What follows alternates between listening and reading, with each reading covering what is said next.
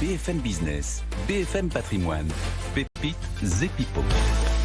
Et on va s'intéresser justement à Inditex, le géant espagnol spécialisé dans la fabrication et la distribution de vêtements à travers différentes marques, notamment Zara, Bershka, Pull&Bear, 7500 magasins, 145 000 salariés, 90 milliards d'euros de capitalisation boursière. On va parler de tout ça avec Xavier de Buren, directeur adjoint de la gestion chez Innocap Gestion. Bonjour Xavier. Bonjour Stéphane. Le groupe Inditex qui a annoncé il y a quelques semaines un changement important puisque la fille du fondateur va prendre les rênes de l'entreprise à partir d'avril 2022. Exactement, moi c'est un changement assez logique puisque Monsieur Ortega et sa fille, Monsieur Ortega qui est le fondateur et avec sa fille possède pas moins de 65% du capital de la société et Madame Ortega est dans le groupe depuis une quinzaine d'années, donc c'est là, je dirais, un passage de témoin et une suite assez logique chez Inditex. Alors Inditex, c'est pas une recommandation d'investissement, c'est un exemple parmi nos convictions.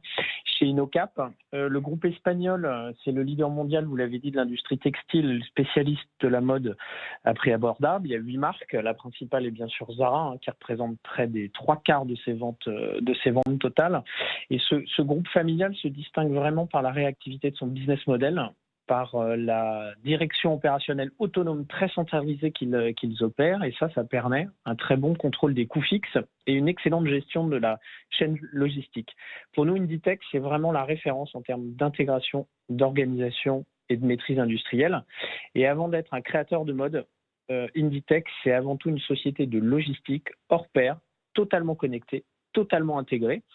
Ça va de la création dans ses studios avec plus de 300 stylistes en interne à la confection dans ses propres usines. 85% des produits sont fabriqués intra-groupe et ça passe par une logistique effectuée par les transporteurs qui appartiennent au groupe jusqu'à la vente des collections dans le réseau de magasins d'environ 6700. Vous avez évoqué 7500 tout à l'heure, mais ils ont un petit peu réduit leur réseau de magasins. Et ces magasins, ils sont quasiment tous détenus en propre et toujours très bien placés. Donc le groupe a une capacité d'ajustement qui est très rapide. C'est un modèle qui est redoutablement efficace et concentré sur la maîtrise des coûts de stockage et de logistique et non sur l'optimisation des coûts de fabrication comme peuvent l'être les concurrents type H&M. Le temps de création est très court, il faut que 2 semaines entre le premier dessin des stylistes et la livraison du vêtement dans les boutiques. Et les collections sont fabriquées en petites séries et ça, c'est pour éviter les invendus, limiter les promotions.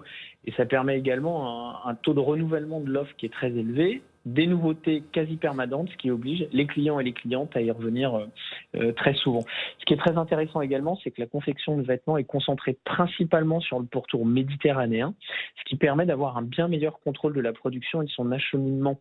Le groupe souffre beaucoup moins que ses concurrents des fermetures d'usines en Asie, par exemple, de l'envolée des prix du fret maritime et des embouteillages dans les ports. Et donc cette production de proximité, c'est le Portugal, c'est l'Espagne, c'est le Maroc, c'est la Tunisie, la Turquie, c'est vraiment un avantage compétitif qui est indéniable.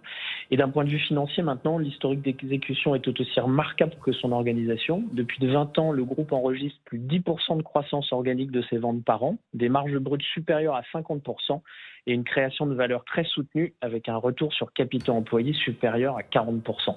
Un mot peut-être des résultats qui ont été publiés ce matin. 1,23 milliard d'euros de bénéfices pour le 3e trimestre et 2,5 milliards d'euros de bénéfices cumulés sur les 9 premiers mois de l'année. C'est assez impressionnant.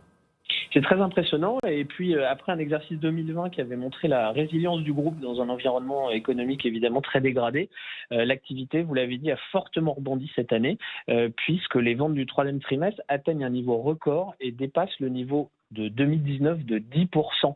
Et finalement, la crise sanitaire, ça a été une bonne nouvelle pour Inditex parce que ça a permis d'accélérer vraiment sa transformation online. Et aujourd'hui, les ventes en ligne représentent plus de 25% du total.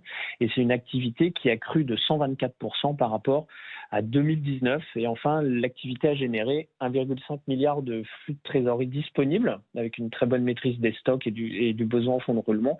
Et au 31 octobre, le groupe dispose d'une trésorerie nette de 9,6 milliards d'euros. Merci beaucoup Xavier. Xavier de Buren, directeur adjoint de la gestion chez Innocap Gestion.